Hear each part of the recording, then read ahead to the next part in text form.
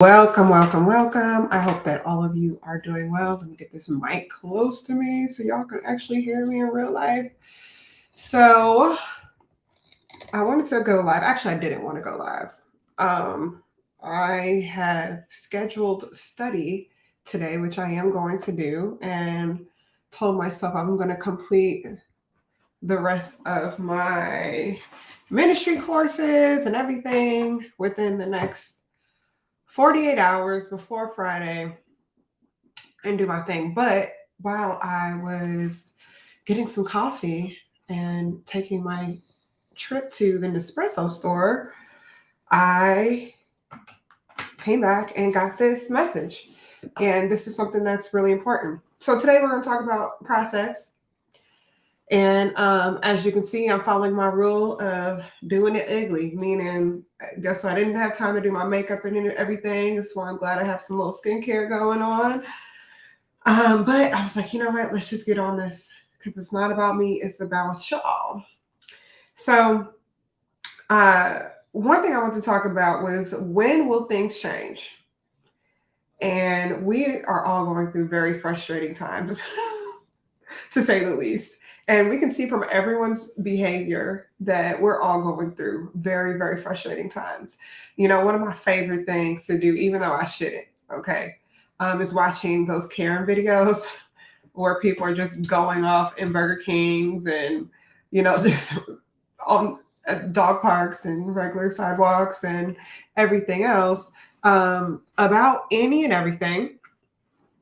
And it's mostly, and it's clearly due to just large levels of frustration. And what happens when you have this pent up frustration is that it just manifests to the people around you. You know what I mean?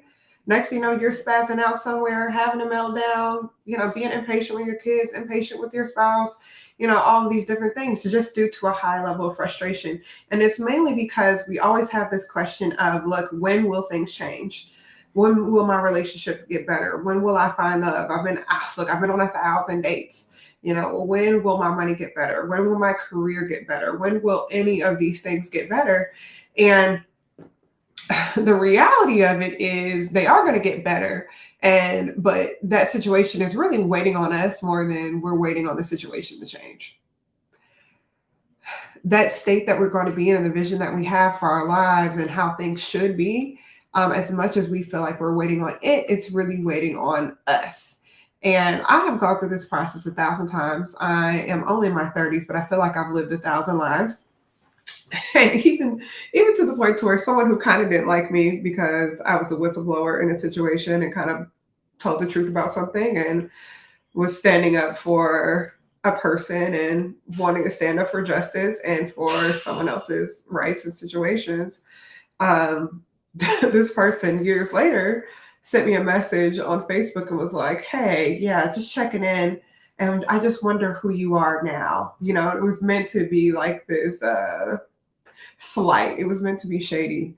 And at the time, I definitely took it as shade and a little bit of this person trying to intimidate me and just get in my head. But really, I'm like, you know what?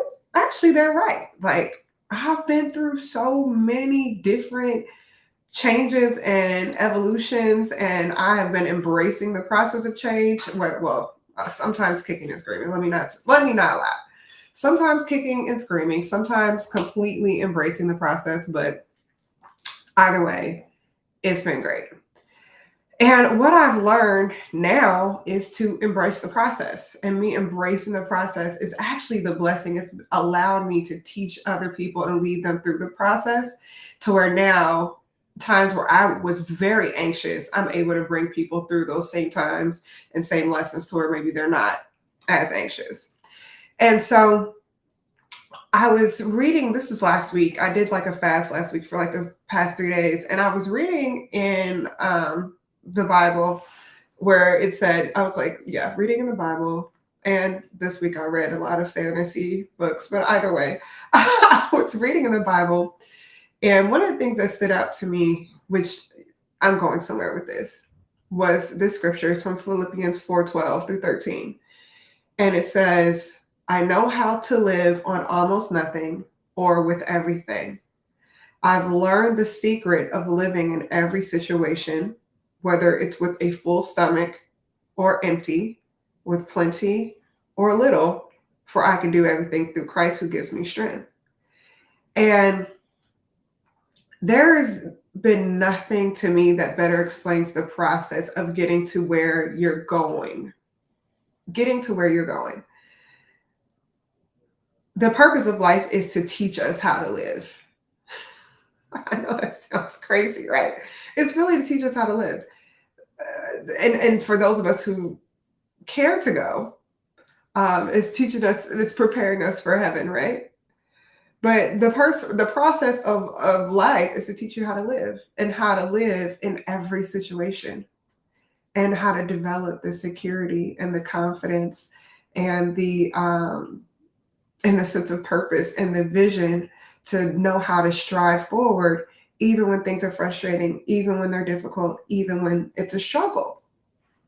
And so, what I'm going to do is just go through just a few little areas that I know we all struggle with and just show you what we're actually waiting on and why it hasn't come yet, and what part of us is being developed during that process. Okay. So, one thing I'd like to say is anyone could skip past these steps. Anyone can skip past these steps and skip past this process, right? But it comes with burden. Meaning, if you don't learn the process of how to steward money, you may find a loophole to where you can make a whole lot of money quickly, but it's going to come with sorrow, right?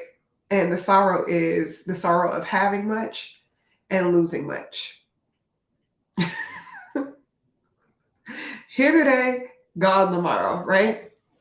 When really one of the best things you can do is go through the process of becoming rich and figuring that out. So that way you're not like someone who, well, I'm not going to bring that up, but we've all seen the stories, heard the stories of people getting really, really rich on maybe Bitcoin or, what have you, losing it all. Next thing you know, they committed suicide. And I'm like, you really attached your life and your sense of worth to money, and they were probably, a plethora of other things that these individuals were meant to experience outside of just the love of money, maybe you want maybe it was a part of the process for you to experience unconditional love.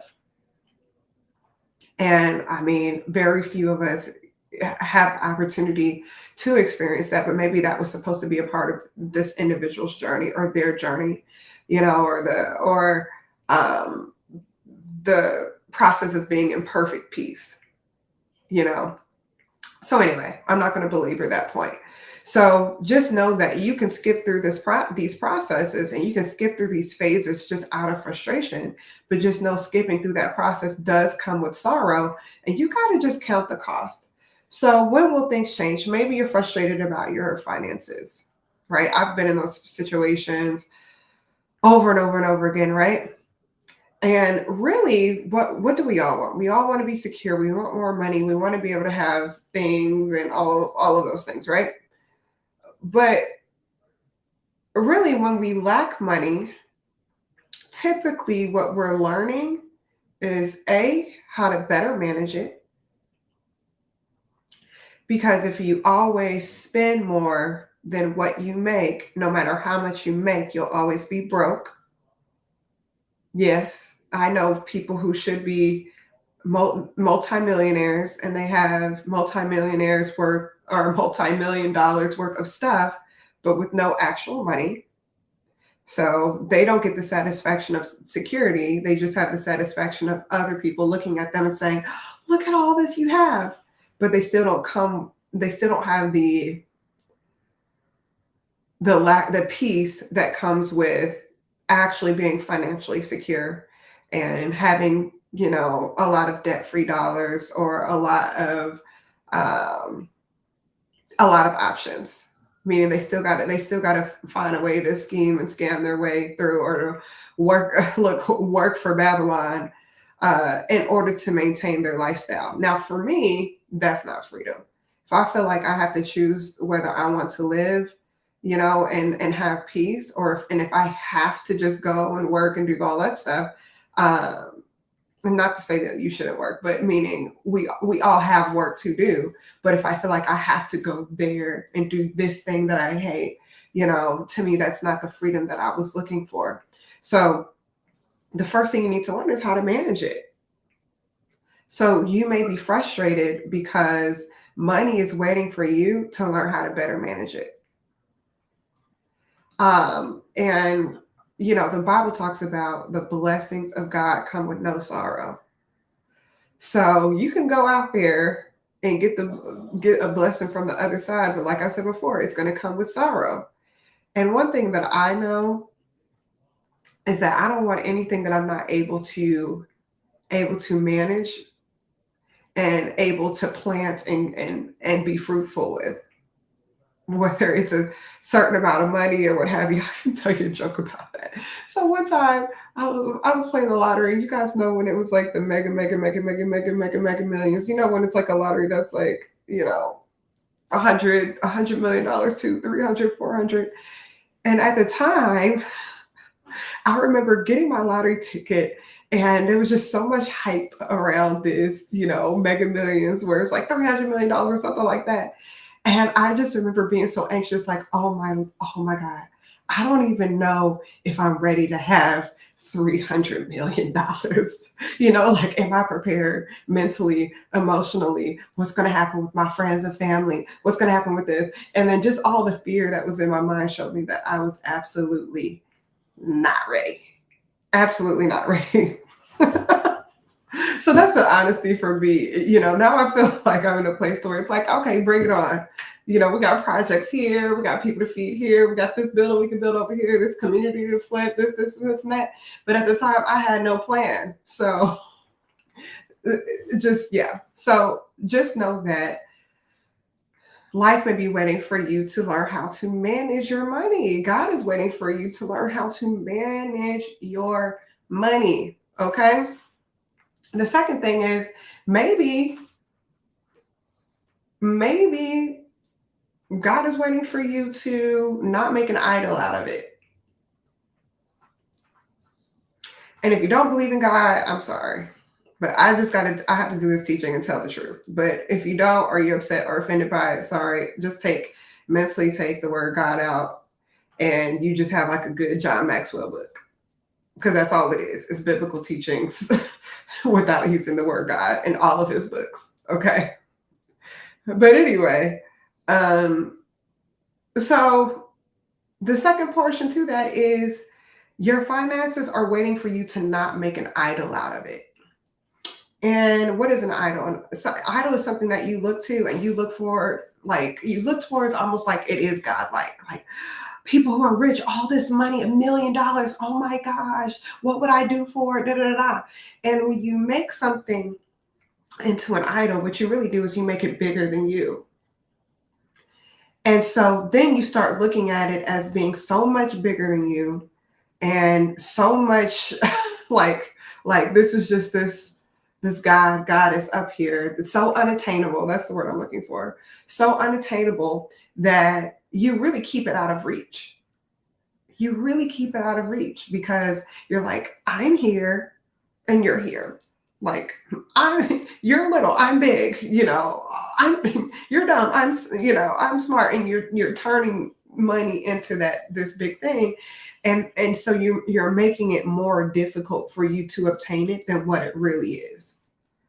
It really just comes down to providing value in whatever facet you decide you're going to provide value. And the more people you provide value for, the more money you're going to make. That's all it comes down to. So the process of gaining more finances, and there's more than these two, but these are the two that jumped out to me today: learning how to manage it and learning how to stop idolizing money. The process of getting the promotion. So maybe you're frustrated because you're looking to make more money, you're looking for more power, you want to win whatever that next title is, you're looking for it to level up your status, right? And sometimes it can just feel like there's just this wall, okay, that's blocking it. The first thing I would say is make sure that you haven't created rules in your mind as to how it's supposed to be done, and that you're just open with the avenue. As long as it's with good character, as long as you're doing the right things, you're open into the avenue and the path in which it comes. But one of the things that your promotion is waiting for you to change is your character. We have all seen people like, look, just because you got your little job title, you got your little job, now you think you've changed, you got this, you got that. And no, that's the thing that haters say, but it's true at times that sometimes your character, and you'll see it with people, sometimes your character hasn't developed up to the point of power in which you're looking to receive. So you're looking to have, because guess what? The more power you have, really what's happening is that's the more influence you have, which means more people are going to be touched by your decisions, but your character hasn't reached the status of what that level would imply. Maybe at this point you're too selfish. Maybe you don't have the accountability yet. Maybe you don't have the work ethic yet. Maybe you don't have the discipline yet. Maybe you may not be willing to take the hit, because the person with the most power when something goes wrong is also the people that take the biggest hits. Irresponsible organizations anyway, right? So you may be frustrated because you're waiting on your character to meet the place of power in which you want to be, which is your next promotion. I also wrote down ego trip, right? To where sometimes, and I've seen this happen with myself, God will hold something off from you because you want it for the wrong reasons. And when someone has a big ego, what it does reflect is areas where you're not whole. Like you're not whole as a person. In areas that need to be healed. And we've all seen people who have huge egos. A lot of times they have a lot of insecurity. And when people have huge egos, now they're driven by their ego instead of by purpose. But you have all these people behind them that really need them to be driven by purpose, because the pride and ego will be the first thing to make you fall. The first thing that'll make you fall. And we don't want to have all these people that are connected to you to fall because you're being driven by your ego. So life is waiting for you to take care of that ego, to heal those areas of insecurity so that you can really, really grow and lead with purpose.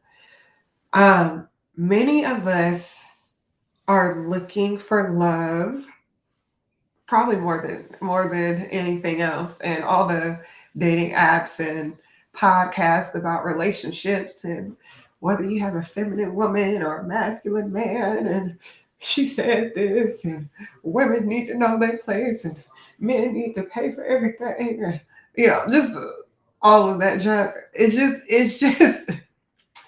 It just shows the level of frustration people are at when it comes to love and finding love. And love is waiting for us. So the first thing is, one, is waiting for us to understand what it really is. Love is not about having a slave to fill all of your insecure spaces. If that happens and you have someone that wants to help you with those, they can help you with it, but they really can't fill it. Only God can fill those spaces, and you. So you got to do the work and get some extra help. Okay. So you have to understand it. You have to understand, one, what love is. And it's not about just one thing. It's not just romance. It's not just someone making you feel good because you feel bad about yourself. It's not about curing your loneliness. It's not about any of that. It's really about serving, but we'll go into that later. So one is just understanding what it is, because why should you receive something that you don't even understand? Because you're just gonna waste it. And we've all been in places where we wasted the opportunity or a great love because we just didn't understand what it was. Um, Another thing is love is also waiting for us to love ourselves. So if you're not finding love, maybe you don't love yourself enough yet. And it's almost like when you don't love yourself, everything that is amazing about you gets hidden. Why? Because you're so insecure that you don't even show yourself enough to people to attract your person. You're hidden behind this veil. You're hidden behind like I have a jewelry company, hence I have some cool earrings. And I just have some really unique jewelry. Like these are pretty large. I'm not saying everyone should wear large earrings, but I remember talking with customers and potential customers. I was at a pop-up and this girl was like, this is just going to draw too much attention. And I was like, draw too much attention to what? And she's like, to my face, I don't want to draw that much attention. And it wasn't like it was just some like uh crazy diamonds or anything like that. It was just a brighter color, but it wasn't crazy. But that's kind of what it's like when you aren't whole, you don't love yourself enough. I'm not saying that person didn't love themselves. I'm just giving you an example of it, you don't do what you don't feel good enough about yourself to show the world who you are to even attract the perfect person for you. You're masking. And then when you end up masking and you put like this veil over yourself, what you do is you attract people that are looking for others who are insecure, who are looking for people who are insecure. Because they know that someone who does not love themselves can be easily manipulated. And so that also answers the questions of why you keep meeting narcissists. And I have definitely been there. Um, Another thing is having the right motives. I remember for years complaining about dating and why can't I find the Mr. Right? Where's my husband? This and this and that. And then I realized I was like, you're not 100% sure you're ready to be in a committed relationship. You're still not 100% sure that you want to be married. So why should I receive a husband and I'm like iffy about commitment? It makes absolutely no sense. So sometimes love is waiting for you to come to a firm decision about what you believe love is. One, like, can you define it? Do you know what it is? Two, how do you want to be loved? How are you willing to love? You know, um, look, ladies, I'll say it. At some point you have to just make a stance and say, do I want to be a side chick? Am I willing to just receive side chick love? And if the answer is yes, then you can't be upset when you meet that. But it's not something you may be verbally saying, but it's something that your actions are saying. If you want a committed boyfriend, right? Then why settle for someone who only wants you in the dark? Or like Etta James said, I don't want a Friday night love. She said she want a Sunday love. Yes, she wants the day that you normally give to the Lord and your family during the daytime, the slow kind of love, the lay up and eat breakfast, read your Bible, all that kind of love, okay? So you have to really, really know what you're looking for. And you're frustrated because love is waiting for you to understand what it is and to be firm in what you want out of it and what you're willing to give for it. And I don't mean like, well, I ain't gonna say that, but and love is waiting for you to love yourself first so that you can attract the proper love for you. Right. And I'm going to say this too. This is why it's important to be very secure about who you are, because whatever you do to attract love, you have to sustain. So I met my husband when I was in a difficult place, but a very whole place, meaning I was grieving my father, passing away. I just had like just a stroke of a lot of terrible things happening, bad relationships or whatever. But I was still in a place where I was feeling like, this is who I am. This is what's going on. I'm going to make it. God got me. This is like, I was just very firm with everything. And when we met each other, it was just all out on the table. Even from how I looked, like when I met him, I had an afro, and like very little makeup, like just being me. And I'm just confident that I'm happy that I attracted someone when I was 1000% being myself. And I wasn't being messy, right? But I was expressing my true self in every way. And so when I met him in that form and in that place, like I wasn't insecure about having to do something else. Like I wasn't wearing like a 50-inch wig or what have you, like any of these things to where I'd have to keep up because that's how I looked when he met me. And that's just like a small example of how you need to love yourself and be willing to express yourself as yourself to attract someone who's going to appreciate you. Um, Next part is health. Why isn't my health better? This one's really hard. This one was hard for me to write down and talk about, but we're going to start again with loving yourself and loving yourself more than dot, dot, dot.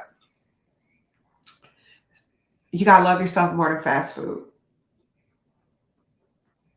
You got to love your organs and everything. And what I mean, love yourself, it's not just your body. You got to love your purpose, your vision, because every time you go eat, you're fueling yourself to go out and execute on the purpose that you have. Every time I go to the gym and work out, I don't feel like doing it. And if you ever see me just walking a lot, it's because I just really don't want to go to the gym.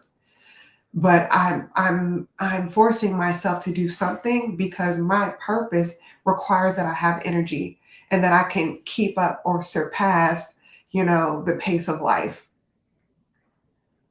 And some of you guys are called to do something great, but you've let your health slide to the point to where you can't keep up with your calling because you didn't feed your calling with what you're eating. And that's part of loving yourself, loving your physical body, but also loving what you're supposed to be doing. This is going to be crazy, but your health and the state in which you want to be in is also waiting for you to forgive. There is nothing that creates sickness and cancer and colds, chronic anxiety, chronic everything, right? And I mean, if you're constantly anxious or depressed, next thing you know, a lot of other things in your health will begin to fail as well. But nothing fuels that more than unforgiveness. So, and now what I love is some of these things that we knew spiritually, scientists have proven physically to where we now know your neurons, your cells, everything is impacted by your emotions. So that person who did you wrong that you just will not forgive, okay, great. Just know that you were just giving cancer and everything else something to feed off of because it loves feeding off of darkness. So you have to be willing to forgive. It's waiting for you to forgive. Whether it's forgiving yourself. Sometimes your health is waiting for you to forgive yourself. What is eating you up? What won't you let go? What do you refuse to stop looking back at? Yeah, that's all I'm going to say about that. Sometimes your health is waiting for you to stop living in fear. What are you afraid of? What are you afraid of?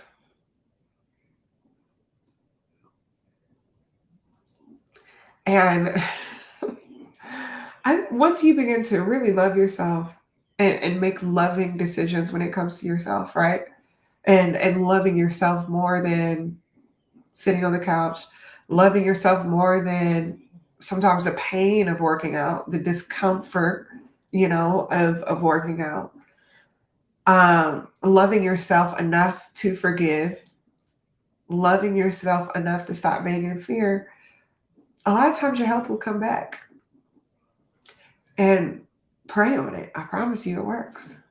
I promise you it works. And you can tell people who are just lights, they forgiven, they're not in fear because everywhere they go, they just have this light and this abundance of energy. And, they just always seem well.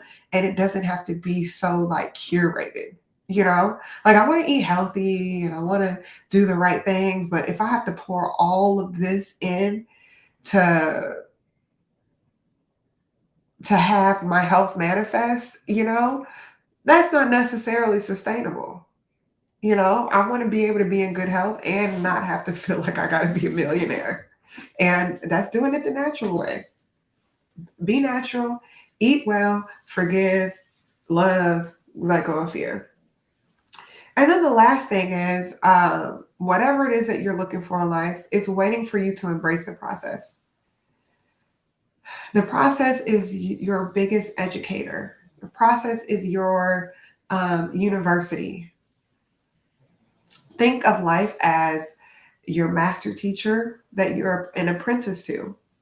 That was the first type of university, was learning under an apprentice. Someone walking you through and correcting you on your way. And life is doing that for you. So be willing to go through the process. I promise you the results will come. So hopefully this helps you to not be frustrated, Everything else in life is instant, but life is not. Meaning everything in life that we've created is instant and meant to give us instant gratification, meant to control us through instant gratifications, through drive-throughs and everything else. But really, the purpose of life is to teach and to educate and to direct and to correct. And the only way you can do that is by looking at what's frustrating you and asking yourself, what am I learning through this process? So hopefully this helps. And I hope that this has given you peace about what you're going through. And if you need help just more directly and specifically about your situation, you can scan the QR code here and join my community. I do live trainings once a month at least. And I also hold office hours once or twice a month at least. And then when you're in the community, you can text, you can chat, you can do all these things.